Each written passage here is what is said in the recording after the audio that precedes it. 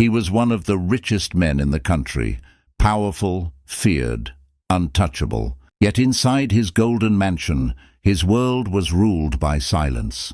His only son hadn't spoken a single word since the day his mother died. Therapists failed, doctors gave up, and hope vanished, until one quiet maid stepped into their lives. She wasn't a specialist, and she wasn't supposed to speak to the child, but what she did in that house defied every law of logic and medicine. Because sometimes miracles don't come from science, they come from pain. Before we continue, don't forget to subscribe to the channel, like the video, and tell us in the comments where you're watching from. Alexander Pierce had built an empire out of brilliance and control. Every boardroom trembled at his voice, every deal bent to his will. Yet inside the towering glass walls of the Pierce estate, his world was collapsing in silence.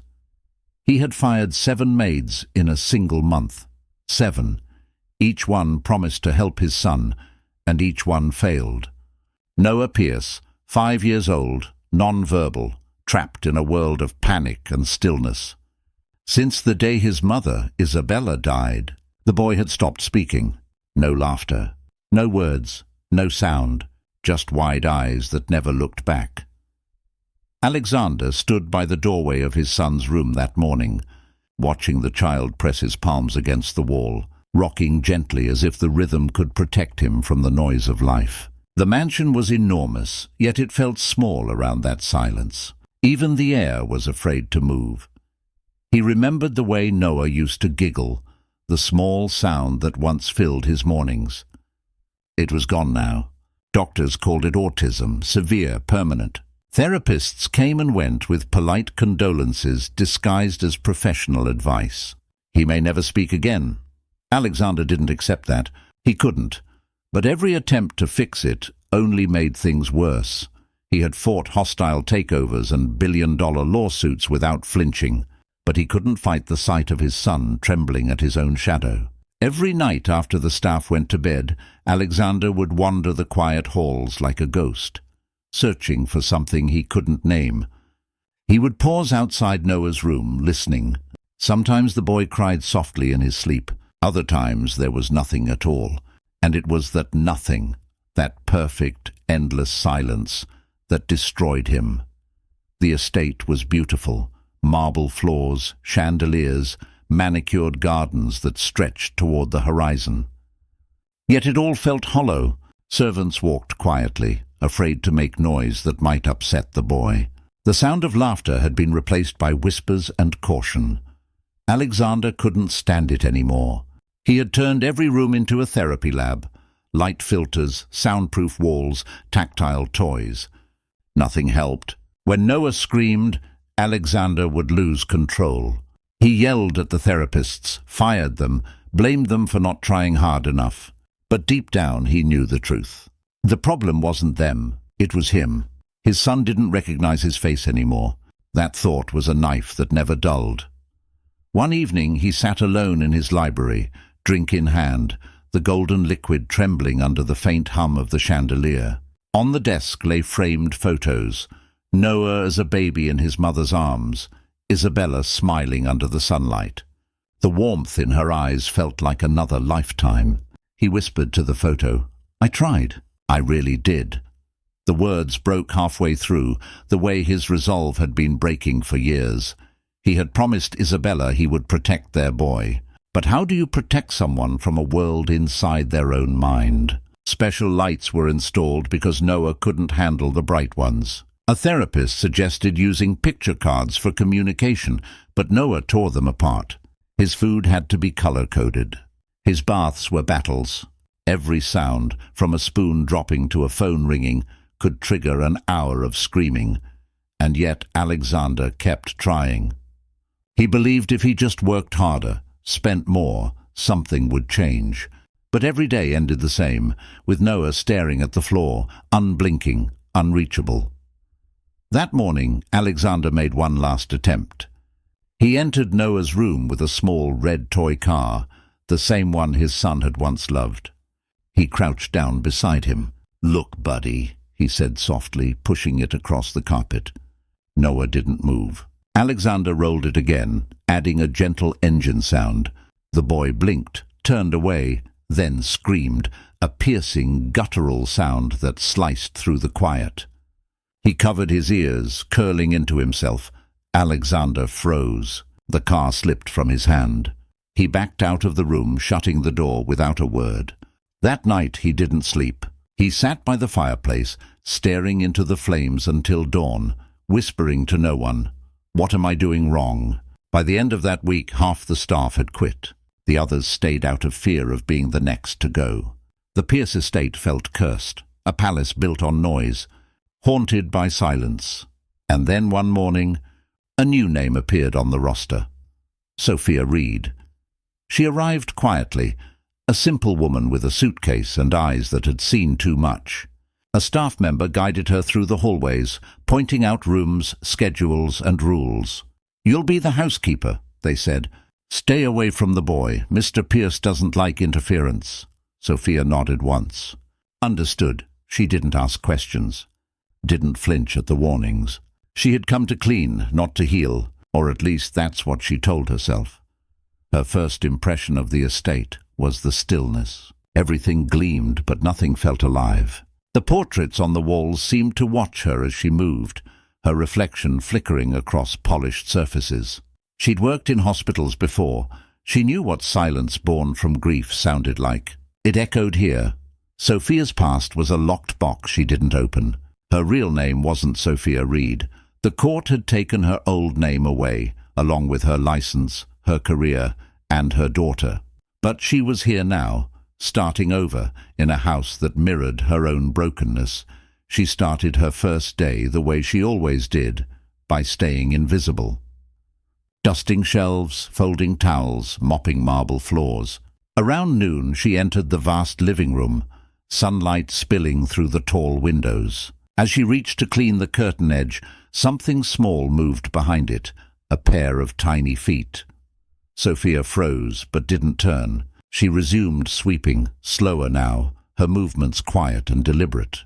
From the corner of her eye she saw him, a little boy clutching a worn-out stuffed horse, fingers rubbing the fabric again and again. He didn't look at her, and she didn't try to look at him. Instead she began to hum, a soft, trembling tune from her childhood, something her grandmother used to sing when the world felt too heavy. The sound floated through the still room, low and gentle, like light through fog. Noah didn't move, but his fingers stopped trembling, just for a second. Sophia kept cleaning, pretending not to notice. She left the room as quietly as she had entered, heart pounding but face calm. She didn't know it then, but that single moment, that single hum, was about to change everything. The next morning began with soft rain tapping against the tall windows of the Pierce estate. The world outside was grey, calm, almost hesitant to wake. Inside, Sophia worked in silence, the kind of silence that didn't scare her anymore. It was a silence she understood. She kept her head down, pushing her cleaning cart through the endless hallways. The smell of polish lingered in the air, mixing with faint traces of lavender from the laundry room. She had learned to move like a shadow. No sudden sounds, no questions, no mistakes. At breakfast, she passed the dining hall. Alexander sat at the long table, a plate untouched before him, his phone glowing with business headlines that no longer mattered. He didn't notice her, and she preferred it that way. But she noticed him. His eyes looked hollow, ringed with fatigue that even money couldn't disguise. Grief had aged him more than time ever could. Sophia carried on. By midday, the house was still, except for the faint hum of air conditioning and the distant ticking of an antique clock. As she dusted the upstairs corridor, she caught a small sound, a soft shuffle. She turned slightly. There, near the wall, sat Noah, his knees tucked in, back pressed against the cold marble, his stuffed horse resting in his lap. He didn't hide this time. He simply existed, quietly like the air itself. Sophia gave him the smallest nod, more instinct than thought, then continued walking. No sudden movements, no direct attention. She knew how fragile trust could be. It had to be earned without asking for it. Downstairs, she helped the cook clean the kitchen. That's when she noticed something. A small cup of milk, still warm, untouched on the counter. "He never drinks it," the cook said when she asked. "We offer every day. Never finishes, never touches." Sophia looked at the cup for a moment, then quietly poured it into a fresh one. That evening, after finishing her chores, she placed it near the hallway, close to where she had seen Noah earlier. She didn't call him, didn't say a word, just left it there and walked away. When she came back an hour later, the cup was empty. She didn't mention it to anyone. She didn't smile or speak, but inside her chest something stirred, a faint warmth she hadn't felt in years. For most people, an empty cup meant nothing. For her, it meant everything. The next day, she found him again, sitting near the kitchen doorway this time, his stuffed horse still in his hands, his eyes fixed on her, watching. Sophia said nothing. She just swept the floor, slow and rhythmic, letting the sound of the broom become the only conversation between them. After a few minutes, she began humming again, the same tune. Noah blinked, head tilting slightly, not in fear, but curiosity. He didn't speak. He didn't move closer, but he didn't hide either. When she finished, she poured another cup of milk, placing it on the floor beside him. This time he didn't wait for her to leave. He reached for it slowly, both hands shaking, then took a sip. The sound of the cup touching the floor again was the softest miracle she'd ever heard. Sophia turned away quickly, pretending she hadn't seen. Her heart, though, refused to stay calm. She worked the rest of the day without speaking, afraid that any emotion might shatter what had just begun. That night, while folding laundry alone in the dim light of the utility room, she thought about the boy, about how he hadn't screamed when she hummed, how he had let her exist in his world for a moment. It wasn't progress by anyone else's standards, but to her, it was hope. The smell of soap and fabric filled the room as she worked. Her hands moved automatically, fold, stack, repeat, but her mind wandered somewhere darker. She thought about her old life, about the name she had buried, Veronica Hale. That was who she used to be. A nurse, a counselor, a mother. And then one day an accusation turned all of that to ash. She could still hear the courtroom's echo, the voice calling her unfit, the gavel striking like thunder. They had taken her daughter, Lucas, from her arms that day. He had been only 4. She had fought, begged, pleaded. But Evelyn Drake made sure she lost. Evelyn's influence reached everywhere. Hospitals, courts, even the press. All it took was one rumor and Sophia's life was over, so she ran. Changed her name, chose silence over survival. Until this job, she never meant to get close to anyone again. But something about Noah, his quietness, his fear, his fragile strength, reminded her of Lucas, the way he used to flinch when scared, the way he held his toys for comfort. Sophia didn't believe in fate, but she believed in second chances. Maybe this was hers. Over the next few days, her pattern stayed the same. Clean quietly, softly, leave milk. Sometimes the cup remained full, sometimes empty. But every time she saw Noah, his eyes seemed a little less afraid. He started appearing more often now, by doorways, near the stairs, beside the curtains, always watching her, never speaking. But watching, Sophia didn't force the connection. She didn't even smile at him directly. She just kept being there, consistently, predictably. She knew consistency was the language of safety. She had learned that long ago. By the end of the week, even the staff began to notice. The boy who used to scream at footsteps now followed the faint sound of humming. The halls felt lighter, as if something invisible had shifted. No one dared speak about it, but they all felt it. One night, Sophia sat near the laundry again, the rhythm of folding calming her mind. The memory of Lucas drifted in, uninvited. She saw his small face, his tired eyes, his hand reaching for her through the courtroom glass the day he was taken. She whispered to herself, "I'll make it right this time." Her voice trembled, not from fear, but from resolve. Outside, thunder rumbled softly. Rain blurred the windows of the estate. She stood, stretched her aching arms, and headed to the living room to put away the last folded blanket. That's when she heard it. A sound so small she thought she'd imagined it. A soft clink. Porcelain on marble. She turned her head slowly. There, near the hallway, was the empty cup, and beside it Noah, sitting quietly, staring at her, eyes wide but calm. Sophia didn't move closer. Didn't dare. She just looked back, her lips parting slightly. For a second, the world went silent again. Not the empty kind of silence, but the fragile kind, the kind that holds its breath before something beautiful happens. He didn't smile. He didn't frown. He simply sat holding the cup, watching her. And for the first time since she'd entered that house, someone saw her.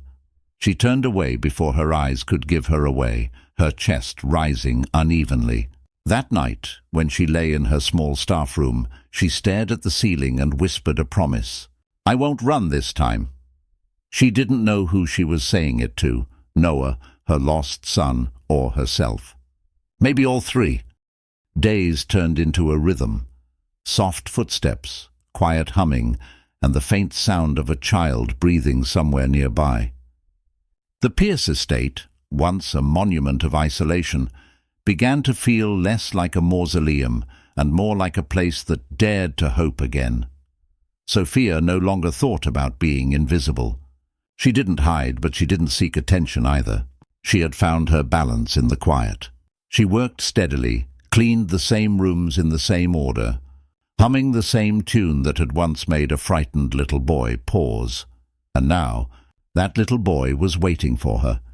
Every morning when she entered the kitchen, Noah would already be there, sitting on the floor near the counter, clutching his stuffed horse. His big brown eyes followed her movements carefully, his expression unreadable. Sophia never addressed him. She didn't have to. Her consistency was speaking louder than words. The cook whispered one afternoon, "You're the only one he doesn't hide from." Sophia just smiled faintly. "Then I'll make sure not to scare him." As she swept, Noah began inching closer. Not much, just a few feet every few days. One morning she noticed he was sitting close enough for her to hear his breathing. Shallow but calm. It was progress. The kind that couldn't be measured by therapists or charts. Only felt. She remembered her time at St. Helena Children's Center years ago, before everything fell apart. She used to believe every child could heal if given enough patience.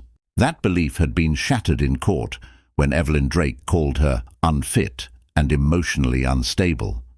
Sophia had lost her license, her daughter, and her name. The system had called it justice. But sitting there, watching Noah drink from a cup of milk she'd placed without a word, she realized the system had never understood healing at all. Healing wasn't structure. It wasn't rules. It was trust, the kind that grows in silence. By the fifth day, Noah's eyes began to soften. He still didn't speak, but when Sophia hummed, he listened. Sometimes he even swayed slightly, a rhythm only his body understood. That small movement was enough to make her throat tighten. It reminded her of Lucas, her own boy, who used to rock in her lap when storms frightened him. Late one night, when the staff had gone, Sophia sat alone in the laundry room. The air smelled of soap and steam. She folded the last towel carefully, trying not to think about the past, but it crept in anyway. The image of Lucas at 4, holding her hand as she walked him to the park. His laugh high and bright, his tiny fingers clutching a red balloon.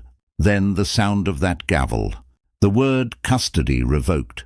His small voice crying, "Mommy," as two strangers took him away. Sophia blinked away the memory, forcing herself to breathe. She whispered, "You're safe now." But she wasn't sure if she meant herself or Noah. The rain started outside, steady and soft. She stood up, her knees aching, and walked toward the living room to put away folded blankets. The fireplace was dark, but the rug still held the warmth of the day. She lowered herself onto it for a moment, stretching her legs. Her body was exhausted, her spirit even more so. She closed her eyes. The world went silent, the kind of silence that doesn't demand anything. Just rests, and then something touched her chest. Gentle, careful, light. She opened her eyes slowly. A small plastic stethoscope rested across her shirt. The other end was held by Noah. His face was focused, his hands trembling slightly, as if afraid the moment might disappear. His eyes, the same ones that once avoided everything, were looking right into hers. Sophia didn't move. She didn't breathe. She just let the moment happen. For a heartbeat, time froze.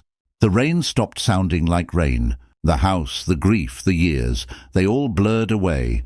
And then Noah whispered, his voice small, fragile but real, "I will heal you, Mommy." Sophia's heart stopped. The air left her lungs. She stared, unable to react. He had spoken. He had spoken. Her hand trembled as tears filled her eyes. She wanted to hold him, but she didn't dare. She was afraid any movement might break whatever miracle had unfolded between them. He looked calm, focused.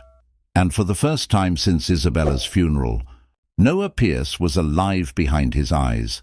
The sound of a door opening broke the spell. Alexander stood in the doorway, frozen mid-step, his breath caught in his throat. He had expected to see the housekeeper cleaning, not this. Not his son kneeling on the floor, toy stethoscope pressed against a woman's chest, whispering to her like she was the center of his world. Alexander's voice failed him. His eyes darted between Noah and Sophia. He heard it. He heard the words, "I will heal you, Mommy." They echoed in his mind, louder than any boardroom applause he'd ever received. The boy who hadn't spoken in years had just spoken, not to him, not to a therapist, but to her. Alexander's chest tightened. He didn't know whether to thank her or scream. This wasn't supposed to happen. It wasn't in any treatment plan, any progress chart, any medical file. This woman, this stranger, had reached Noah in days, where the world's best doctors had failed for years. He stepped back, his pulse racing. His power, his money, his control, none of it made sense anymore. And as he looked at Sophia, something inside him cracked. Gratitude mixed with jealousy, relief tangled with grief. How could this simple woman do what he, with all his resources, could not? Sophia looked up slowly, meeting his eyes. She didn't speak. She didn't defend herself. She just stayed still, her hand resting gently near Noah's toy. The silence between them said everything. That night, long after Noah had fallen asleep, Alexander sat in his private library, drink untouched beside him. The storm outside hadn't stopped. The glass trembled with thunder. He stared at an old photograph, Isabella holding Noah, sunlight across her face. He touched her image softly, whispering, "He spoke, Bella." He finally spoke. His voice broke. And for the first time in years, Alexander Pierce, the untouchable billionaire, wept. He didn't weep out of pain this time, but something harder to explain. A fragile, desperate hope. Because now he knew something he hadn't believed in a long time. Maybe, just maybe, his son wasn't lost. He just needed to be seen. The next morning, the storm had passed, but the tension inside the Pierce estate hadn't. Every echo in the hallway felt heavier, like the walls themselves were holding their breath. Alexander hadn't slept. His mind kept replaying that single moment. Noah kneeling beside Sophia, whispering words he thought he'd never hear again. "I will heal you. Mommy!" It haunted him, comforted him, and confused him all at once. He stood by the large window of his study, sunlight stretching across the polished floor. For the first time, his reflection didn't look like power. It looked like defeat. He had spent fortunes trying to buy what that woman had created in silence. Sophia. He said her name quietly to himself, as if testing the sound. The housekeeper who had walked in like a shadow, who never asked for anything, who had done the impossible. She wasn't trained. She wasn't certified.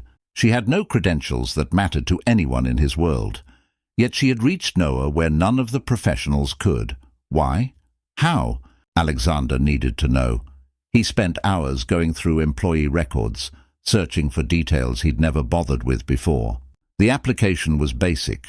No references, no background check, just a handwritten note, seeking quiet work. Experienced caretaker. It wasn't enough.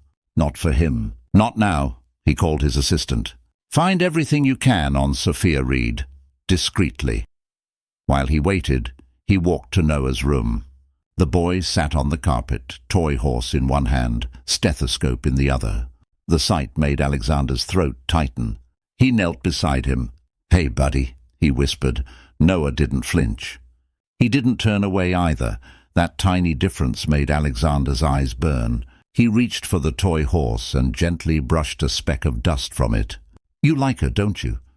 No response, but something flickered in the boy's eyes. A small recognition. Alexander swallowed hard. "Yeah, me too." He stayed there a few minutes longer, not speaking, just breathing near his son. Something he hadn't been able to do in years without triggering panic. It felt unfamiliar. It felt right. By evening, his assistant returned with a file, thin but heavy in implication. Sophia Reed, born Veronica Hale, former nurse at St. Helena Children's Center. Terminated after an internal investigation. Custody case. Child removed. The name Evelyn Drake appeared multiple times in the report. Alexander read each line slowly, the words sinking like stones. Fired. Investigated. Negligence. Loss of license. The more he read, the colder his blood ran. Evelyn Drake, his own corporate advisor, the woman he trusted with decisions about Noah's care, had been the one behind Sophia's downfall. And now, Sophia was back, working under his roof, near his son. His chest tightened. Logic battled with emotion, fear with instinct. The next morning he called Evelyn into his office. She arrived in her usual composure, sharp suit, sharper tone. "You wanted to see me?" Alexander slid the file across the table. "You know her?" Evelyn's eyes barely flicked down before she answered. "Yes, and I warned you about her before you hired her. She's dangerous." "Dangerous?" His voice was low but edged. "She's the only one my son has spoken to in 3 years." Evelyn crossed her arms. "That's exactly the problem. She manipulates emotional responses. She did it with her patients before, crossed professional lines, ignored protocol. One of her choices nearly ended in tragedy." Alexander's jaw clenched. "You're saying she hurt a child?" Evelyn's pause was deliberate. She made mistakes, ones that cost her everything. "You should read the reports yourself." He already had. But something in her tone, too polished, too rehearsed, made him uneasy. "She lost custody of her own son," Evelyn continued. "That should tell you enough." Alexander leaned back in silence. The fire crackled in the corner, filling the gaps between their words. He looked at Evelyn, at her perfect posture, her unwavering confidence, and wondered for the first time how many lies could hide behind such calm. When she left, the quiet returned, but it wasn't peaceful. It pressed against him. He needed answers, not from reports, not from Evelyn, from Sophia herself. He found her in the laundry room, folding towels. Her sleeves were rolled up, her hair loose, her eyes steady. When he entered, she looked up, not startled, not afraid. Just waiting, he held the file in his hand. "Who are you, really?" She didn't pretend not to understand. She just set the towel down gently, took a breath and said, "Ask Noah if I'm dangerous." The words hung in the air, simple but heavy. Alexander stared at her, searching for cracks, for guilt, for deceit. But all he saw was exhaustion, honesty, and something else he couldn't define. Conviction. Part of him wanted to believe her. The other part, the side that had built empires on caution and logic, whispered that belief was weakness. He left without another word. That night, as rain began again outside, Alexander sat alone in his office, torn between two truths. The woman who had healed his son was the same woman every report warned him about. If Evelyn was right, keeping Sophia here could be dangerous. If she was wrong, sending Sophia away could destroy Noah's only connection to the world. By midnight, the decision formed, heavy and cruel. Sophia had to go. The next morning, he called her into the kitchen. His tone was clipped, professional, detached, the voice of a man trying not to feel. "You've done good work here," he said. "But this arrangement can't continue." Sophia didn't argue, didn't ask why. She simply nodded once. "I understand." She packed her things quietly, her movements deliberate, steady. When she reached the hallway, Noah was standing there, barefoot, clutching his stuffed horse, eyes wide and still. Sophia paused. She didn't speak. She just raised her hand in a small wave, her lips forming a silent goodbye. Then she turned and walked away. The sound of the door closing echoed like a verdict. That night, the house felt different, colder, emptier. At dinner, Noah refused to sit. He pushed his plate off the table, crawled into a corner, and began to scream. It started as a whimper, then grew, violent and raw. His small fists pounded the wall, his head striking it over and over. The staff panicked. Alexander rushed to him, trying to hold him, but the boy screamed louder, thrashing against his touch. "Call the doctor!" someone yelled. No one knew what to do. Alexander knelt, helpless, whispering, "It's okay, buddy. It's okay." But Noah didn't hear him. He only cried one word, again and again, until his voice broke. "Mommy!" The sound shattered Alexander's heart. He gathered Noah in his arms, crying openly now, whispering useless words. For hours, the boy didn't stop screaming. For hours, Alexander didn't let go, and when the house finally fell silent again, it wasn't peace. It was defeat. He realized too late. He hadn't just fired a housekeeper. He had taken away his son's only reason to feel safe. The next morning, Alexander didn't open the curtains. The mansion remained dim, lit only by fragments of sunlight forcing their way through the grey sky. Noah hadn't slept all night. Neither had he. Every time Alexander closed his eyes, he could still hear that voice. "Mommy." The boy was different now. Quieter, but not in the calm way Sophia had brought out of him. This was emptiness, the kind that sits like a shadow on the soul. Noah sat on the floor of his room, arms wrapped around his stuffed horse, rocking slowly. His voice was gone again. Alexander stood by the doorway, feeling smaller than he'd ever felt in his life. He had built skyscrapers, negotiated billion-dollar deals, but none of that prepared him for this. His son was breaking, and this time it was because of him. He had done the one thing money couldn't undo. The staff tried to return things to normal, but normal had vanished with Sophia. The halls were silent again, but this time the silence wasn't peaceful. It was guilt, a kind that seeped through every marble tile and velvet curtain. Alexander spent the day calling doctors, specialists, anyone who would answer. They all gave him the same rehearsed sympathy, the same empty suggestions: increase medication, add behavioral restraints, limit sensory triggers. He listened for hours before hanging up, feeling disgusted. None of them understood. None of them had seen what he had.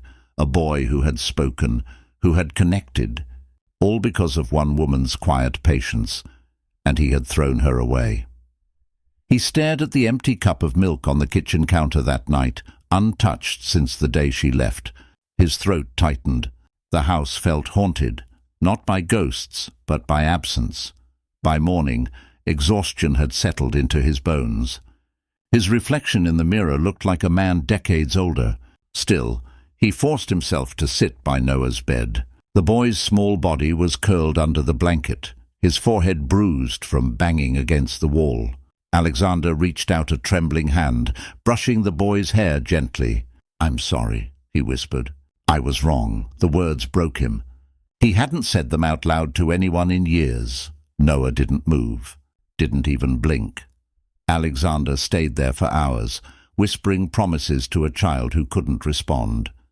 Somewhere between those hours, a truth crystallized in his mind, a simple, painful truth. He had spent his life trusting reports, signatures, reputations. But the only person who had truly reached his son had done so without any of those things. Sophia Reed hadn't come with proof. She had come with presence, and he had destroyed it. That night, when the estate finally went quiet, Alexander walked into his private library and opened the drawer where he kept a locked folder of old medical documents. He flipped through file after file until something caught his eye. A small yellowed envelope wedged between stacks of reports. No label. Just dust and neglect. He pulled it open. Inside were pages stamped with the letterhead of St. Helena Children's Center. Medical evaluations, notes, observations, but one phrase stopped him cold. Sensory processing disorder, misclassified as severe autism. He read it again and again. At the bottom of the report was a signature he hadn't seen before. Dr. Samuel Hartman. Alexander frowned. He'd never heard the name. He skimmed through the rest of the document. The recommendations were clear. Therapy focused on sensory regulation, not social behavior. The report even detailed that Noah's extreme reactions came from overstimulation, not emotional disconnection. Then, stapled to the back, was a note written in pen. Forwarded to Ms. Evelyn Drake for review. His breath caught. Evelyn had seen this years ago and buried it. He dropped the papers onto the desk and sat back, chest tight with anger and disbelief. She hadn't just lied. She had rewritten his son's future for reasons he couldn't yet understand. The next day, he waited for Evelyn to arrive at the office. She entered confidently, as always. "Good morning, Alexander," she said, tone brisk. He didn't return the greeting. Instead, he slid the report across the table. "Recognize this?" Her eyes flicked down briefly, then up again. Her composure didn't crack, but her silence did. "You hid this," Alexander said quietly. She gave a faint smile. "I made an executive choice. Dr. Hartman's diagnosis was inconclusive." Inconclusive. His voice rose, trembling between rage and disbelief. "You condemned my son to years of silence because of your arrogance." Evelyn stepped closer, her tone sharp. "I protected your reputation, Alexander. Do you have any idea what it would have looked like if word got out that your child's condition was mishandled? The investors, the board," he slammed his fist on the table. "He's my son, Evelyn. Not a project. Not a public image." For the first time, her mask slipped, just slightly. Her voice turned cold. "Sophia Reed is manipulating you. Don't let her drag you down again." He stared at her, realization dawning. "Again?" Evelyn hesitated, the smallest flicker of fear in her eyes. That was all he needed to see. The conversation ended without another word. She walked out, heels clicking like gunshots down the marble hallway. When the door shut, Alexander picked up the report again, his jaw set. This time, he didn't feel confusion or guilt. He felt purpose. He called Dr. Hartman's old office. The receptionist answered, surprised. "Dr. Hartman retired years ago. Lives in Aspen Valley now. Private practice. Give me his number," Alexander said. That night he called Sophia. She answered after one ring. "Mr. Pierce?" His voice was low but steady. "Pack your things. We're going to Aspen Valley. There's something you need to see." There was a long pause. "You found it," she whispered.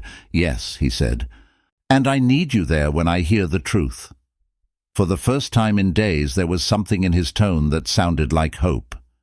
Sophia closed her eyes, clutching the phone to her chest. For a moment, the ache in her heart lessened. Not because forgiveness had been offered, but because she could finally see the door opening again. Not for her, but for Noah, and for the first time since she'd left that house, she allowed herself to believe maybe this story wasn't over yet. They left at dawn. The Pierce estate disappeared behind them like a fading memory, swallowed by morning mist. Alexander drove fast, jaw locked, eyes fixed on the road ahead. Beside him, Sophia sat quietly, a worn bag on her lap. Inside it were a few clothes and the old medical report that had changed everything. Noah slept across the back seat, his head resting on Sophia's lap, his small toy stethoscope dangling from his fingers. His breathing was slow, steady, peaceful for the first time in days.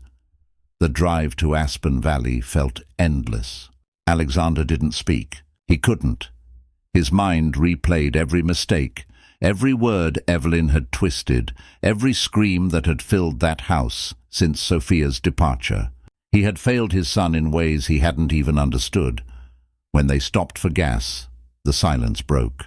The sharp hiss of an air compressor startled Noah awake.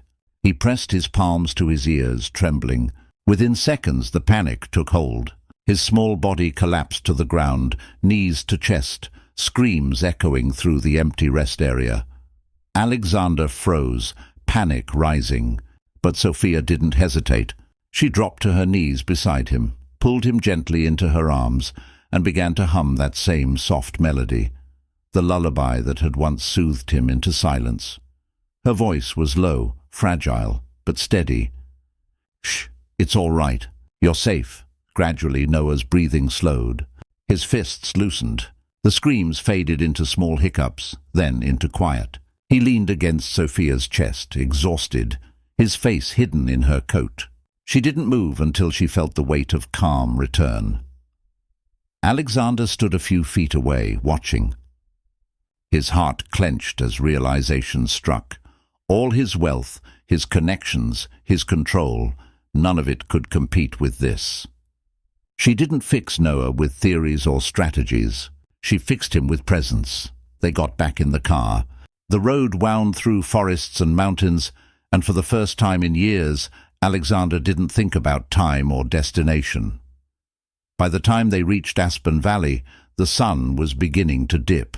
The clinic was small, almost hidden between pine trees, with a weathered wooden sign that read, "Dr. Samuel Hartman, Child Behavioral Specialist." Dr. Hartman opened the door himself. His face was old but kind, the kind of face that carried stories instead of authority. His silver hair framed eyes that seemed to read people before they spoke. Inside, the clinic didn't look like a clinic at all. No white walls, no bright lights. Just soft tones, bookshelves, a small couch, and shelves of wooden toys. Noah wandered toward a basket of blocks, touching them cautiously. Dr. Hartman watched silently, taking notes not on paper, but in expression. When he finally spoke, his voice was quiet but firm. "He's not detached," he said. "He's overwhelmed," Alexander frowned. "You mean—" Dr. Hartman nodded. "Your son's condition is not severe autism. It's sensory processing disorder. His brain reacts to light, sound, and texture as pain. He's not refusing the world. He's defending himself from it." The words hit Alexander like a blow and a revelation all at once. Then all this time. "He was misdiagnosed," Dr. Hartman said softly. "This report," he lifted the old paper, "was correct. But it was ignored." Sophia's voice trembled as she spoke. "Evelyn Drake buried it." Dr. Hartman looked between them. "She buried more than a diagnosis. She buried his chance to heal." He leaned forward, folding his hands. "He needs structure, yes, but above all, safety, trust, consistency. He needs the same calm presence every day. No bright lights, no rigid drills, just patience." Alexander's throat tightened. "And if we do this?" Dr. Hartman gave a faint smile. "He'll come back to you piece by piece. Not through force, but through trust. The world has been too loud for him. You must learn to be quiet enough for him to hear you." For the first time, Alexander couldn't speak. They left the clinic with a small folder of recommendations and a heavier but clearer sense of purpose. The drive home was quieter. Sophia looked out the window while Noah slept again, his head against her shoulder. Alexander glanced at them through the mirror, two people who had somehow found the language his money never could. By the time they reached the estate, night had fallen. The mansion stood dark and still, waiting. Alexander carried Noah to his room, laying him gently on the bed. The boy stirred but didn't cry. Sophia sat beside him, humming that same soft tune. Alexander watched from the doorway, the same way he used to when Isabella was alive. But this time something was different. There was no wall between them, no tension, just quiet understanding. When Noah finally drifted into sleep, Sophia looked up at him. "He's not broken, Mr. Pierce, he's just been misunderstood." Alexander nodded slowly. His voice barely rose above a whisper, "And I let them tell me otherwise." For a moment, neither of them spoke. The silence was heavy but not painful anymore. It was the beginning of something else, fragile, uncertain, but real. That night, Alexander didn't return to his office. He sat outside Noah's room, listening to his son's breathing through the door. Each breath felt like a promise that tomorrow would be different. Maybe for the first time they were no longer alone in the dark. For a few days the Pierce estate began to feel alive again. The air that once carried the heaviness of grief now held the faint sound of laughter. Quiet, uncertain, but real. Noah no longer hid from the light. He followed it. He still didn't speak, but he was present. That alone was enough to make the silence inside those walls finally feel peaceful. Alexander followed Dr. Hartman's advice strictly. The bright chandeliers stayed off. Soft lamps replaced them. Music played low through the halls, the kind Sophia used to hum. The staff spoke in hushed tones, careful not to disturb the rhythm that Noah was beginning to trust. Sophia became the quiet center of it all. She never gave instructions, never took credit, but her presence kept the house steady. Every morning she placed a warm cup of milk where Noah could see it. Every evening she sang softly as she cleaned, her voice weaving through the marble halls like a thread, holding everything together. For the first time in years, Alexander watched his son eat a full meal. It wasn't perfect. There were tears, hesitations, even moments of fear. But Noah stayed at the table. When the boy finally looked up and met his father's eyes, Alexander's heart almost stopped. It was fleeting, but it was enough. Later that night, when Noah had gone to bed, Alexander found Sophia sitting by the kitchen window, staring at the rain. Her reflection looked tired but peaceful. "You saved him," he said quietly. She shook her head. "No, he saved himself. I just stayed." Alexander studied her for a moment. "You know, I never believed silence could teach anything. I thought the world only listened to noise." Sophia smiled faintly. "Noise demands attention. Silence earns trust." He looked at her then, not as an employer, not as a man desperate for answers, but as someone finally seeing her for who she was. The woman the world had labeled dangerous was the only person who had given his son peace. But peace, he would soon learn, doesn't last long in a house built on secrets. The next morning, Alexander woke to a flood of notifications, dozens of alerts, flashing headlines across his tablet screen. Disgraced nurse resurfaces in Billionaire's home. Custody case meltdown. Sophia Reed's dark past revealed. Who is the woman behind the Pierce child's miracle? The images were grainy, taken from court archives. They showed Sophia crying, shouting, being escorted out by bailiffs. The articles twisted the truth into a spectacle, painting her as unfit, unstable, a danger to children. The source of the leak was clear: Evelyn Drake. Alexander's pulse quickened. Within hours it spiraled. Calls from reporters, emails from the board. Then the knock on the door. 2 officials from Child Protective Services. They were polite, professional, and firm. Until this investigation concludes, Ms. Reed must vacate the property immediately. Sophia didn't resist. She didn't even speak. She looked once toward the staircase, where Noah stood halfway up, clutching his stuffed horse, and then turned to Alexander. Her eyes were calm, her voice steady. "Don't let him forget I stayed." Then she was gone. The door closed softly behind her, but to Alexander it felt like a collapse. That night, the house broke. Noah screamed for hours, his voice raw with panic. He clawed at the walls, refused to eat, refused to sleep. Every attempt to comfort him made it worse. When Alexander tried to hold him, the boy hit his head against the floor, shouting the same word over and over. "Mommy!" Alexander sat on the floor beside him, crying silently, whispering the same useless phrase through his tears. "I'm here, buddy, I'm here." But Noah didn't hear him. By dawn, the boy had fallen asleep from exhaustion. Alexander stayed where he was, back against the wall, eyes burning, his heart hollow. He had let it happen again. He had trusted the wrong person, and his son was paying the price. Over the following days, Evelyn Drake's campaign continued. Interviews, statements, polished lies that reached every corner of the internet. "I warned Mr. Pierce," she said on television. "Ms. Reed is emotionally unstable. I only wanted to protect the child." The world believed her. Alexander didn't respond publicly. Not yet, but something inside him had shifted.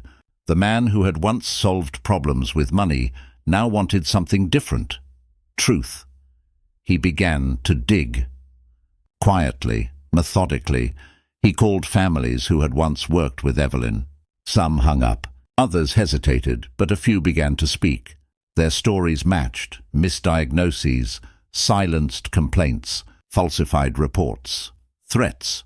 Every detail painted a picture far darker than he'd imagined. Evelyn hadn't just buried Sophia. She had built her career on deception, on convincing parents their children were incurable, so they'd stay dependent on her methods, and Alexander had funded it all. One evening, he sat in his library surrounded by files and transcripts. His laptop glowed dimly, casting shadows across his tired face. Each document, each testimony, fueled his resolve. Sophia had been right. Evelyn had ruined lives, not just hers, but countless others. He opened his phone, scrolling through his contacts until he found Sophia's number. He hesitated, then pressed call. When she answered, he said only one sentence: "I'm going to make this right." There was silence. Then Sophia's voice, soft but unshaken. "Then don't stop halfway this time." He didn't. That night, Alexander Pierce made a promise to his son, to Sophia, and to himself. He would tear the truth out of the shadows, and he wouldn't stop until every lie Evelyn Drake ever told was burned to ash. Cedarwood Cottage sat on the edge of a quiet town, surrounded by pines that whispered with the wind. It wasn't much. One bedroom, one flickering lamp, one woman trying not to fall apart. Sophia sat by the window, staring at her phone, replaying the last few days like an endless storm she couldn't escape. It had all happened so fast. The headlines, the investigation, the door closing behind her as Noah cried for her in the hallway. She'd been silent then, not because she had nothing to say, but because saying goodbye out loud would have destroyed her. Now, the silence hurt in a different way. It was too empty. No soft humming from the kitchen, no small footsteps echoing through the hall, just her heartbeat and the sound of the wind scraping against the glass. She reached for her phone. Her fingers hovered over Alexander's number. She couldn't call. CPS had made that clear. No contact until the review was over. But she still checked, hoping for a message that couldn't come. Her eyes drifted to the suitcase beside the bed. Inside it, beneath folded clothes, was her last piece of proof. A single voicemail, years old, saved under a hidden folder. She hadn't listened to it in months, but now her hand trembled as she pressed play.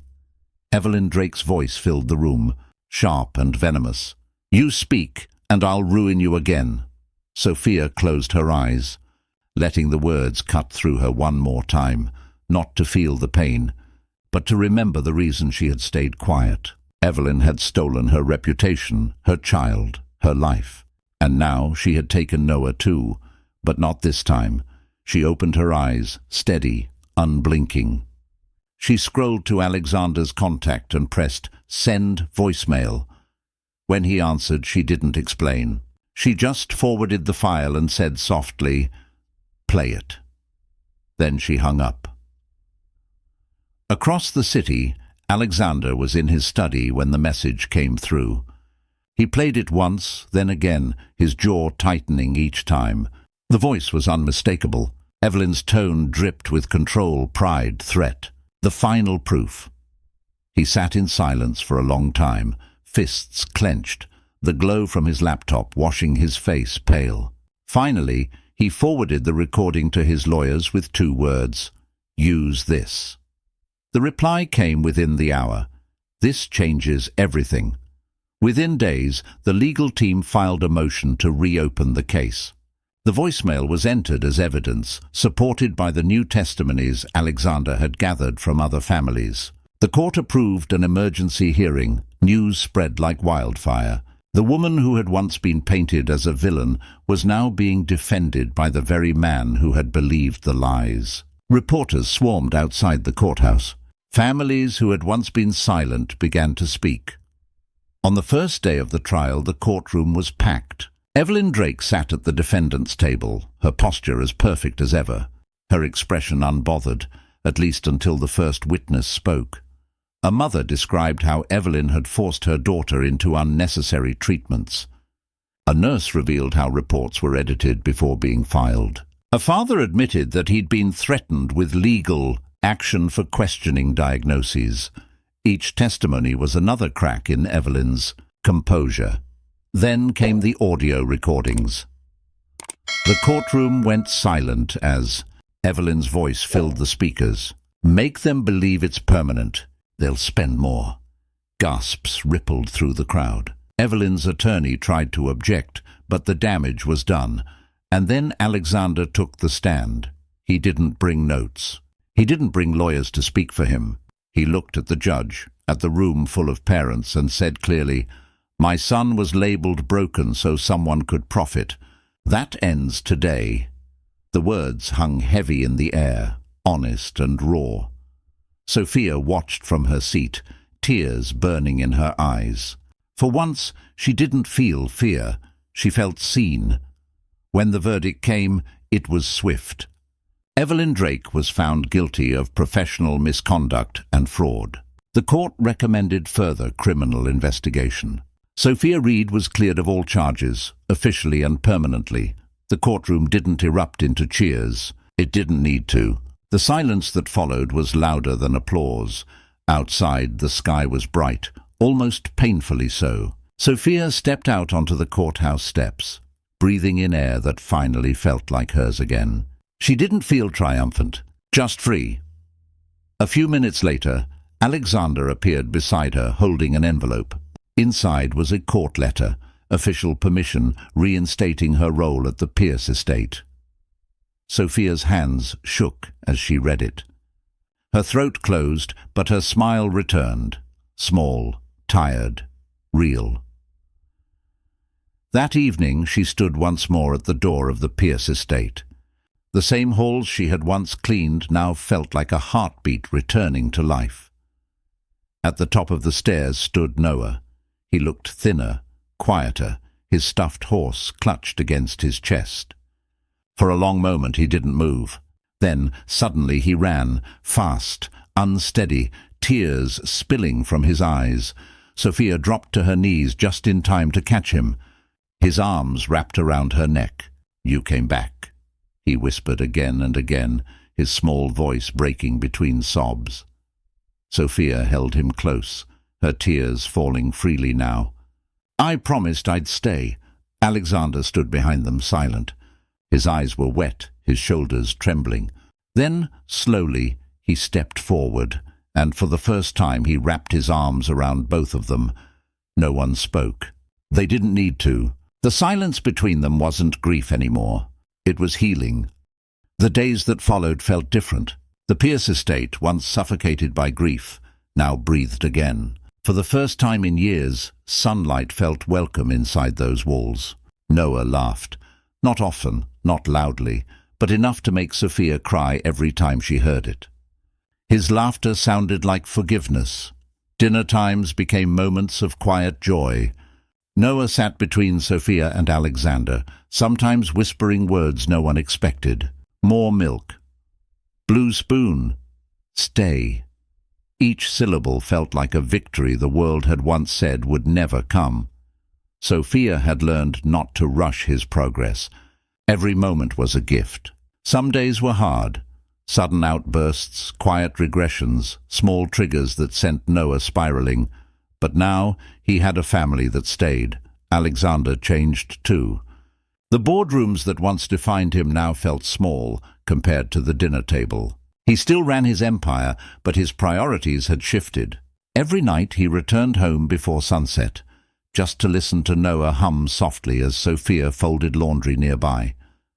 That small, ordinary peace had become his empire now, but Alexander wasn't finished.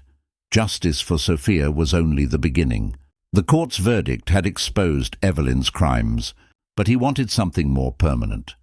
Something that would make sure no other parent, no other child, would be silenced the way they had. So he began to build. The Pierce Foundation for Ethical Pediatric Care was born in quiet, not spectacle. No reporters, no parties, no investors, just purpose. Its mission was simple: protect children from misdiagnosis, give parents real answers, and ensure medical systems never prioritized profit over truth. He named Sophia as the director of outreach. When she protested, he smiled. "You've already done the work. Now let the world hear your voice." At first, she hesitated. Standing in front of doctors and executives was not what she wanted. But when she remembered the day Noah had whispered, "I will heal you, Mommy," she knew it wasn't about her anymore. Her first conference appearance was nerve-wracking. The lights, the crowd, the cameras, all of it reminded her of the courtroom. But as she stepped up to the podium, she thought about every parent who'd been told to give up hope, every child labeled too broken to try. She began quietly. Once a little boy was told he'd never speak again, but all he needed was for someone to stay. The room fell still.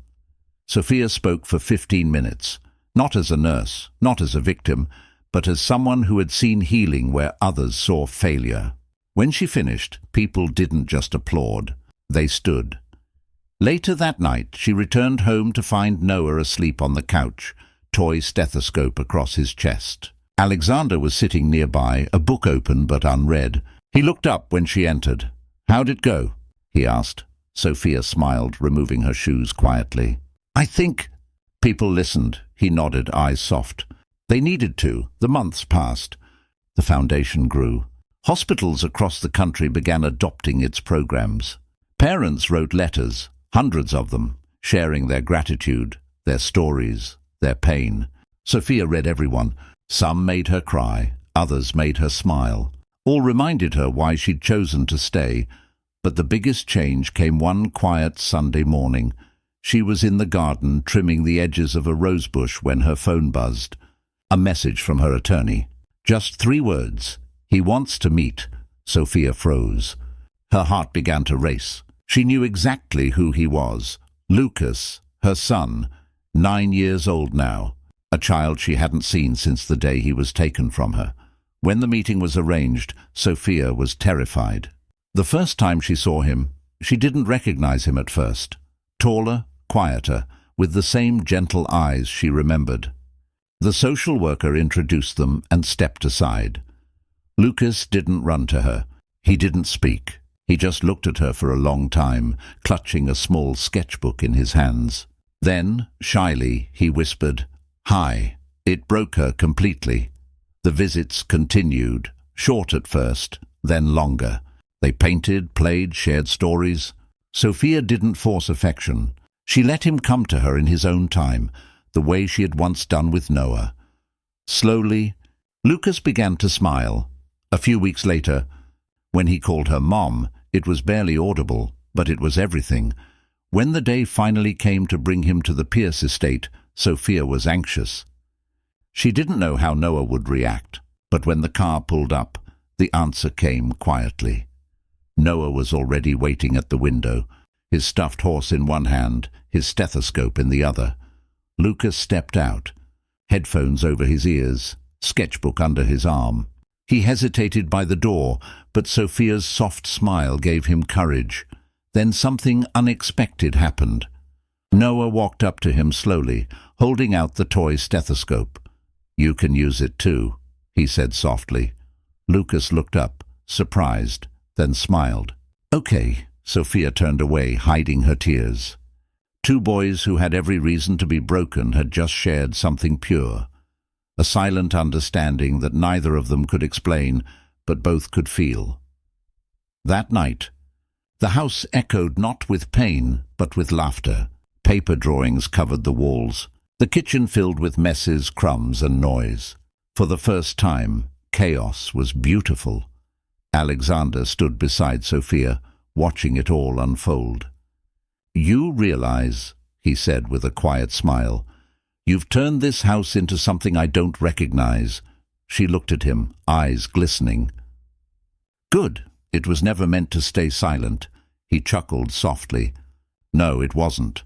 And for the first time in years, Alexander Pierce, billionaire, widower, father, felt peace. Not the hollow kind that money buys, but the kind that grows in the middle of noise, love, and imperfection. Months passed. The Pierce Foundation flourished quietly, expanding its reach to clinics across the country. Sophia became its heart, traveling to small towns, meeting parents, listening to their stories.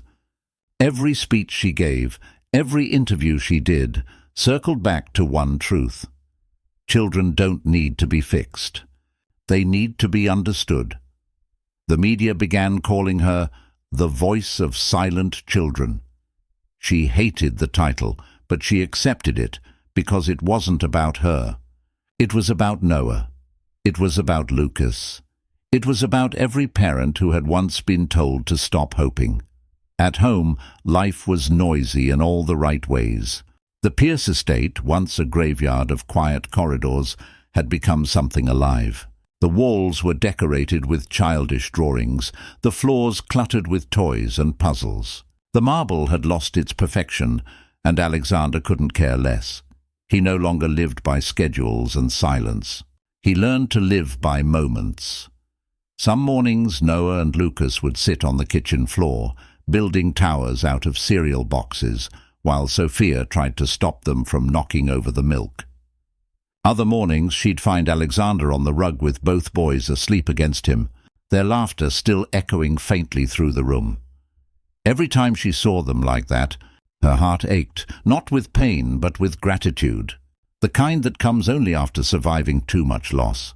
But time has a way of circling back to where it began. And for the Pierce family, that moment came one evening at the Pierce Foundation Gala. It was a formal event, held in a grand ballroom filled with doctors, donors, and journalists. The banners on the wall bore the Foundation's motto, "Listen before you diagnose." Sophia stood near the stage, hands trembling slightly as the host introduced the next speaker. She wasn't nervous for herself, but for the small boy waiting behind the curtain. Noah. He wore a navy blazer, his hair neatly combed, his toy stethoscope around his neck. Sophia had tried to convince him not to bring it, but he had insisted. "It's part of my story," he'd said, his voice small but confident. When the host finally called his name, the room went still. The lights dimmed, and for a brief second, Sophia worried he'd freeze. But Noah walked out slowly, head high, eyes wide, unafraid. The audience leaned forward, cameras ready, breaths held. Most of them already knew his story. The boy who hadn't spoken for years, the child at the heart of a scandal that changed everything. But none of them had ever heard him speak for themselves. He reached the microphone, adjusted it slightly, and looked out over the sea of faces. Then he turned toward Sophia. She smiled softly, nodding once. Noah took a breath.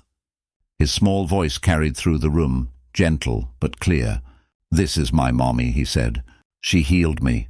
Now I heal her." The silence that followed was sacred. Then came the sound. Not clapping at first, but the kind of quiet sobs people make when words fail them. And then applause, loud, unstoppable, alive. Sophia brought her hands to her mouth, tears spilling freely. She had known he was going to speak, but not what he was going to say. Hearing those words, in front of everyone, after all they had endured, felt like time folding in on itself. Then Noah turned back to the microphone, smiling shyly. "And Daddy helps too." The crowd laughed softly, the tension breaking like sunlight through clouds. Alexander, sitting in the front row, lowered his head, laughing quietly as tears filled his eyes. He looked up at Sophia. Their eyes met. Two people who had once been strangers, bound by guilt and silence, now united by something deeper, a shared redemption neither of them had asked for, but both had earned. After the event, the ballroom emptied slowly. Reporters lingered, parents thanked Sophia, but she barely noticed any of it. Her focus stayed on the two boys playing near the stage, Noah with his toy stethoscope, Lucas sketching quietly beside him. Alexander joined her, hands in his pockets. "You realize," he said with a faint smile, "the whole world's going to want to know how you did it." Sophia shook her head. "It wasn't me. It was him. He just needed someone to stay long enough to listen." Alexander nodded. "And you stayed." The two of them stood there in silence, watching the boys, two lives once fractured by fear, now woven together by love. Later that night, the mansion was still again, but this stillness was different, not hollow, not lonely, the kind of stillness that holds warmth. Sophia sat in the hallway between the boys' rooms, listening to their quiet laughter fade into sleep. She heard Lucas mumble a soft, "Good night, Mom," and Noah whisper something about stars. Alexander joined her, sitting on the floor beside her, their shoulders brushing. Neither spoke for a long time. Finally, Sophia whispered, "It feels strange, doesn't it? After everything, to finally have peace." Alexander smiled faintly. "Peace isn't the absence of noise. It's learning to love the sound of it." They sat there, surrounded by the small, imperfect noises of family, a turning in bed, a sleepy sigh, a soft hum through the door. The mansion that once echoed with silence now breathed with life. Sophia looked at Alexander, her voice barely a whisper. "Do you ever think Isabella would be proud?" He smiled softly. "Every day." And for the first time in years, neither of them felt haunted by the past. They were already living the future. And that brings us to the end of this emotional journey, a story of loss, redemption, and the quiet power of love that heals what the world calls broken. If you've watched till now, you're the reason we keep telling stories that touch the heart and make you feel something real. Tell us in the comments what moment hit you the hardest, or what lesson stayed with you the most. Your thoughts mean the world to us. Don't forget to like, share, and subscribe for more powerful stories like this one. Until next time, stay kind and keep believing.